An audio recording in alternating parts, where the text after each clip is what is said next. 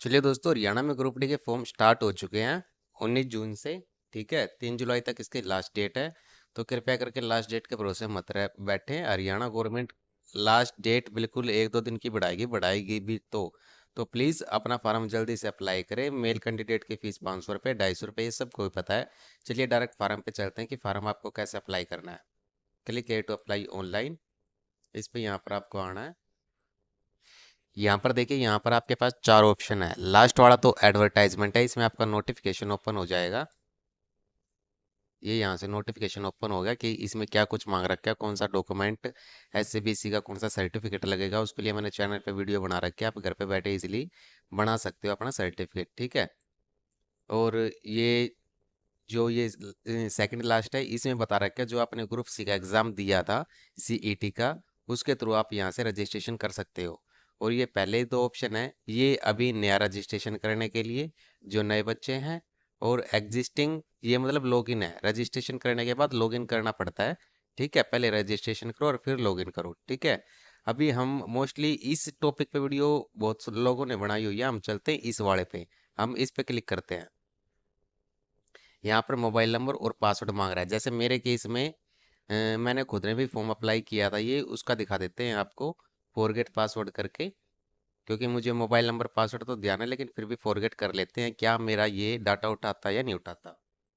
यहाँ पर दो ऑप्शन आ रहे हैं, ईमेल और मोबाइल। मेरे पास मोबाइल नंबर है, मैं अपना यहाँ पर मोबाइल नंबर और डेट ऑफ बर्थ फिल करता हूँ। देखिए दोस्तों, मैंने अपना मोबाइल नंबर और डेट ऑफ बर्थ जैसे ही डाली तो मेरे पास ओटीपी आ चुका है। मैं यहाँ पर अब ओटीपी फिल करता हूँ, क्या आया मेरे मोबाइल पे। मेरे मोबाइल पे ओटीपी आया है 176296। ठीक है, ओटीपी डाल के मैं अपना नया पासवर्ड यहाँ से क्रिएट कर लेता हूँ। पासवर्ड सक्सेसफुली क्रिएट हो चुका है। अब मैं इसको लॉगिन करता हूँ, क्योंकि ये प्रोसेस मैंने आपको इसलिए बताया है, नए बच्चे तो बहुत कम है, सारे पुराने ही हैं। ठीक है, जिसने सीटी भी क्लियर कर सीटी भी दे रखे है, और उससे पहले भी मतलब ग्रुप डी के बहुत सारे फॉर्म भर रखे हैं। ठीक है, ये लेकिन ये ग्रुप सी के लिए है, तो अभी उसी से ही लॉगिन करना चाहिए। ठीक है, जिसका एग्ज़ाम क्लियर हो रखा है वो भी, और जिसका एग्ज़ाम क्लियर नहीं हो रखा वो भी। बार बार नया रजिस्ट्रेशन करने का कोई फ़ायदा नहीं। अगर आपका सीईटी क्लियर नहीं है तो उनको ये पता लगेगा इसका सीईटी क्लियर नहीं है, तो इसको जो प्रेफरेंस देनी चाहिए नहीं देनी चाहिए, बहुत सी चीज़ें हो जाती हैं। अगर इन्होंने ये ऑप्शन दिया है तो किस लिए दिया है। ठीक है, तो हम अब चलिए इसको ओपन करते हैं, क्या आता आगे। अच्छा, इसमें दोस्तों दरअसल ऐसा हुआ है, जो भी मैंने अपना पुराना रजिस्ट्रेशन नंबर डाला था उसमें मेरी इन्होंने सारी डिटेल ऑटोमेटिक फैच कर लिया है। ठीक है, मैं आपको दिखा देता हूँ, ऑटोमेटिक फैच कर लिया है। पर्सनल डिटेल अलाउड नहीं है यूट्यूब पे, लेकिन मैं आपको बता रहा हूँ कि सारी की सारी डिटेल, जो भी नाम, date of birth, body mark वगैरह सब कुछ इसने ऑटोमेटिक कैप्चर कर लिया है। यहाँ पर देखिए दोस्तों, मैं यहाँ पर आपको दिखा देता हूँ। यहाँ पर मेरी डेट ऑफ बर्थ आ चुकी है। ठीक है, यहाँ पर मेरा पुराना रजिस्ट्रेशन नंबर, यहाँ पर नाम, यहाँ पर मोबाइल नंबर, यहाँ पर मेरा जो 10वीं में नाम है वो आ चुका है। बाकी ये एक अच्छा ऑप्शन भी है, आपको बार बार सारी डिटेल फिलअप नहीं करनी पड़ेगी। जैसे कोई कमी है तो आप उसको ठीक कर सकते हो। जैसे मेरे केस में फादर नेम जो है फर्स्ट अक्षर कैपिटल है, तो इसको आप ठीक कर सकते हो।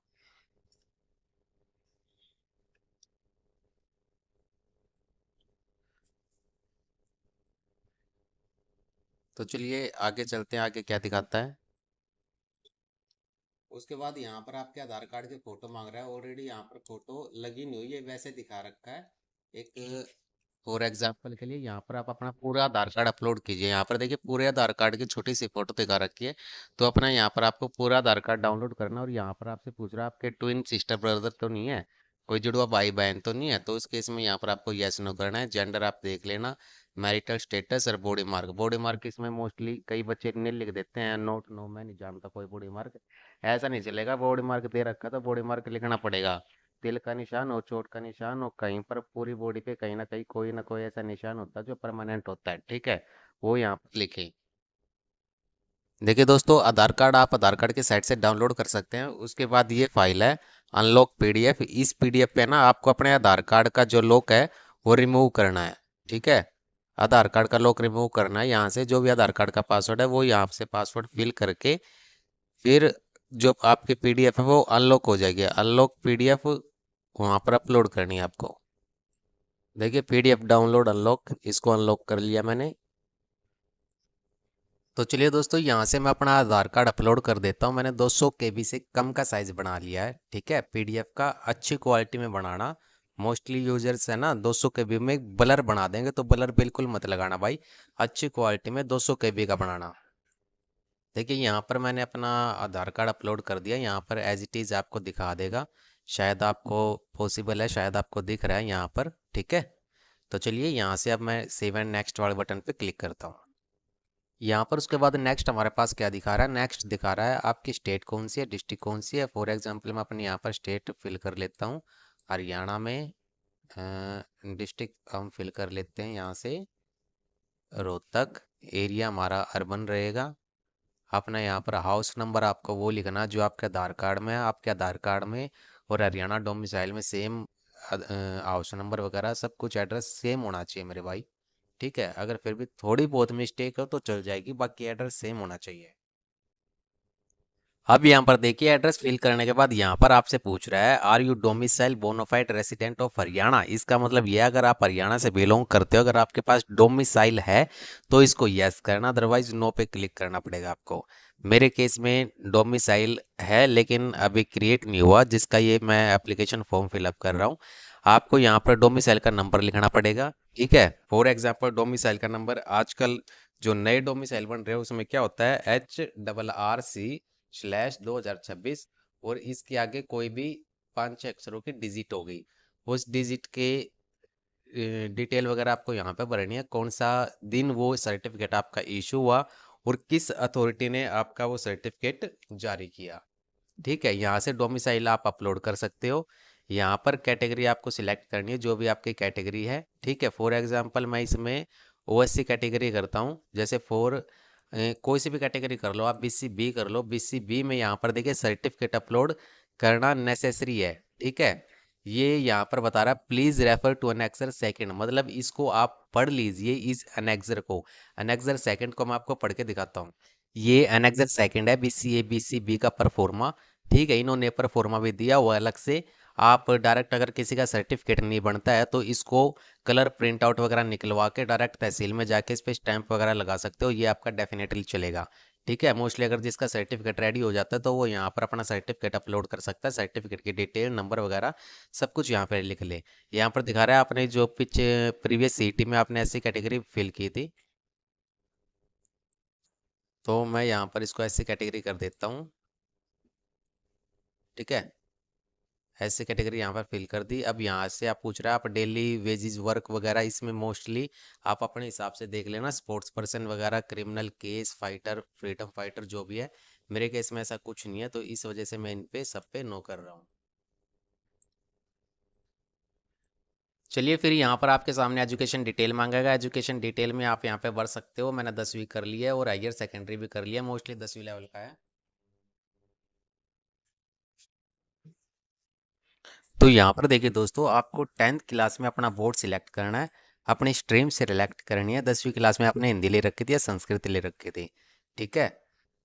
एग्जामिनेशन सिलेक्ट करना है आपका, कब आपने कौन से साल में पास की। रोल नंबर अपना अच्छे से फिल कर देना। अपलोड सर्टिफिकेट, ये ध्यान रख के कि जो भी आप सर्टिफिकेट अपलोड करते हो 200 KB का, वो क्लियर होना चाहिए, उसको ब्लर मत करना, ठीक है। हायर एजुकेशन में आप यहाँ पर डाल सकते हो, अदरवाइज नहीं डालना चाहते तो कोई बात नहीं। यहाँ से आप ऊपर 10th क्लास सिलेक्ट कर सकते हो, ठीक है। मोस्टली आप 10th क्लास सिलेक्ट करना, क्योंकि 10th लेवल की नौकरी है। ज़्यादा डिटेल वगैरह कुछ मत डालना, ज़्यादा डिटेल डालोगे तो ज़्यादा परेशानी होगी। तो चलिए मैं ये सारी डिटेल भर के नेक्स्ट करता हूँ। तो चलिए दोस्तों, यहाँ पर देखिए रिसेंटली फ़ोटो, फ़ोटो मैं आपको दिखा देता हूँ फ़ोटो आपको किस प्रकार की बनानी है। ये देखिए फ़ोटो जो रहेगी, फ़ोटो वाइट बैकग्राउंड के साथ रहेगी और यहाँ पर आपका नाम रहेगा और नाम के साथ आपकी डेट ऑफ फोटो, जिस डेट को आप फॉर्म फिल कर रहे हैं वो फिल कर लेना। अदरवाइज उसी दिन की फ़ोटो की डेट फिल कर लेना, या फिर आप 20 जून भी डाल सकते हो, कोई दिक्कत नहीं है, ठीक है। सिग्नेचर आपको ब्लैक इंक से सिग्नेचर करने हैं और अनेक्सर यहाँ से आप डाउनलोड कर सकते हो। अनेक्सर ये आपके सामने आ जाएगा कुछ इस प्रकार का।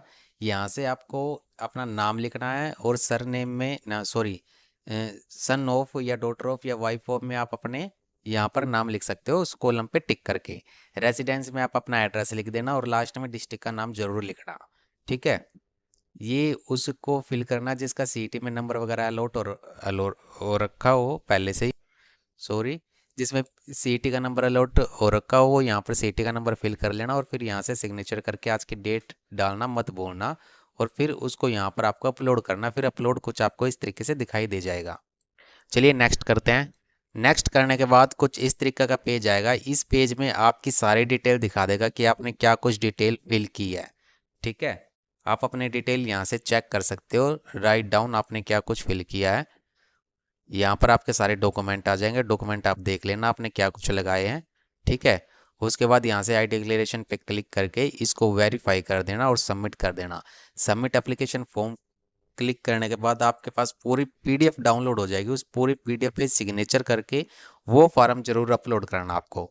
मैं आगे आपको इसलिए नहीं दिखा रहा क्योंकि ये ओएससी कैटेगरी वाले बच्चे का एप्लीकेशन फॉर्म है, जिसको मैंने जनरल में कर दिया क्योंकि उसका अभी हरियाणा डोमिसाइल बना नहीं हुआ है। ठीक है, हरियाणा डोमिसाइल जैसे ही बन जाएगा फिर उसके आगे का प्रोसेस हम आपको बताते हैं। बाकी सेम प्रोसेस है, किसी प्रकार की कोई दिक्कत नहीं, लेकिन लास्ट में जो फाइनल प्रिंट आएगा उस प्रिंट पे आपको सिग्नेचर करके वो जरूर अपलोड करना है। तो चलिए, थैंक यू। नेक्स्ट वीडियो में आपको बताते हैं कि आगे का फॉर्म कैसे फिल करना है। आई होप आप सभी को समझ में आ चुका होगा। Thank you so much.